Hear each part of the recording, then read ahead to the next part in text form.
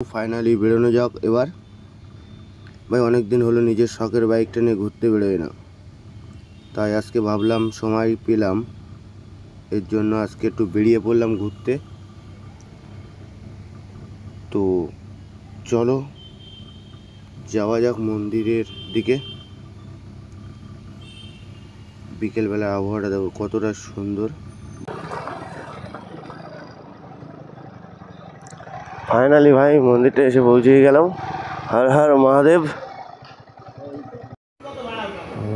মন্দির মায়ের মূর্তিটা দেখে না,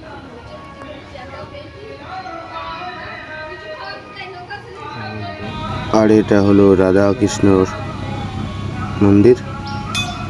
আর একটা আছে, এটা হচ্ছে